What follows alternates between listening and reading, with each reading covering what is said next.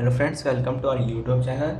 In this video I'm going to show you how you can turn off adaptive brightness or automatic brightness in your Vivo smartphone if it is automatically decreasing or increasing your light according to a room lighting, or your if you are just outside it will decrease or increase according to the sunlight. How you can just off or disable this feature and enable automatic, you can just customize it by your own. How you can enable this: before watching this video, if you have not subscribed to our YouTube channel, then subscribe to it and like our video. So let's start friends. First you have to open settings option, and you can see there is a display brightness. Here it is the adaptive brightness.